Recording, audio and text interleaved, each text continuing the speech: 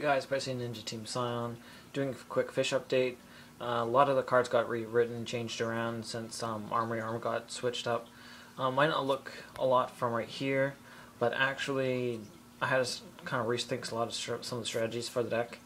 There's a quick and easy way to some of the synchro monsters. I might preview that so you guys can see like how this deck really works out.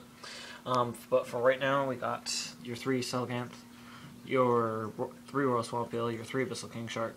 Abyssal King Shark is a little easier now to get your hands on. I much preferred over 7 Colored Fish, just because once per turn, if he was to be destroyed by something that does not target, he doesn't get destroyed. So if someone tries to bottomless him on summon, he lives. Torrential, he lives. Dark Hole, he lives. He's just flexible. Same thing with Oystermeister. Really good level 3. 3s and 4s plus Royal Swampill, like you can bring out just about anything to scare off your opponent. Especially since Oystermeister might not have that same effect as Abyssal King Shark, but at least you get the token afterwards, which you can use for various synchros, whatever. Nimble Sunfish. Nimble Sunfish is actually a backup engine I use. It mills out fish from my deck, so mainly I use mill out Fishborg Blaster. So there goes the instant 4 out of my deck, and I can draw into better cards. Your typical Gen X fish deck, or engine, not deck. The 2 Undines, the 2 Frogs, and your 2 controllers. A lot of people will use 3 controllers. I don't know why. I guess just to get the effect more often. But I much prefer just 2 because it's your only like vanilla tuner, and it doesn't have a condition or a condition, because actually Swampill's effect is a condition, not actually effect. So Celacanth does not negate it. And same thing with Fishborg Blaster. It's synchro material must be water. That's a condition, not an effect. Gotta watch out because that's what they're changing around with a lot of rulings. So Gen X controller might actually be better at 3, but I much prefer them at 2. You then have your 3 Moray, your 3 Big Wave Small Wave. Again, if I ever get around to that video, I will show you guys why Big Wave Small Wave I like it. 3 Econs, 2 MST, your 2 Pot of Avarice, 2 Book of Moon, 1 Giant Shrunade, the Monster Reborn, Card Destruction, Dark Hole. Again, Dark Hole is because on my turn I can Dark Hole the entire field, keep King Shark or whatever, and kind of push around a little bit. It's aggressive, it's lots of fun. Traps, you got your Mirror Force, Torrential, and 2 Aoi.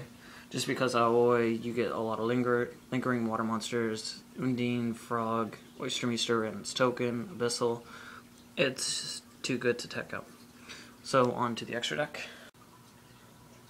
And for the extra deck we have Sea, Dragomir, Gishemlodon, Gungnir, Brionac, and Drish. Your staple water monsters for the deck. Gish is actually for one of the OTKs, same thing with Brio, plus it's a staple. Trish, great level 9, I'll opt out for it over Mistworm, but if I can't, then obviously go for Mistworm. And Gungnir is kind of like my backup Brionac, plus has a little bit more attack, so it has a little bit more power to it. You got your 3 Formula Synchrons. Obviously you know what they are. They might actually get banned, limited, whatever. I hope not, because I really like Formula Synchron. It's actually great.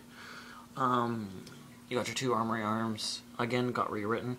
The monster has to stay in the graveyard now. It can't just kind of sit there and then die off, much like what we used to do with Colossal Lock. So 2 arms. Most people use 3 arms and a Recipro Dragonfly Tech Genus. It's an okay lock, I guess. It's not even a lock, actually. They just kind of equipped all 3 arms to Celacanth and run over something. It's kind of funny. That is another part of the another OTK that deck can pull off, but I find 2 arms is just as good as 3. You got Catastor and Black Rose. What I found out is my version of the deck can actually pull out 7s with a single Oystermeister, good graveyard, and a lot of hand. So 7s like Brionac Gungnir and Black Rose are actually really good for the deck, just because they can come right out of nowhere and surprise your opponent. You got Thought Ruler and Red Dragon. Again, great level 8s. Thought Ruler can negate just about anything that targets himself, and with Rise of Psychic type monsters, who knows? And Red Dragon obviously for the 3k beat. Then you have Mistworm and Stardust. Mistworm is just a staple, and so does Stardust. Again, Mistworm I'm not too crazy about. It's kind of weak. But again, level 3, bounce 3 cards, push for game, kind of like a pseudo Giant Shrunade, but it's a great card nonetheless. So guys, comment, rate, subscribe, and tell me what you guys think.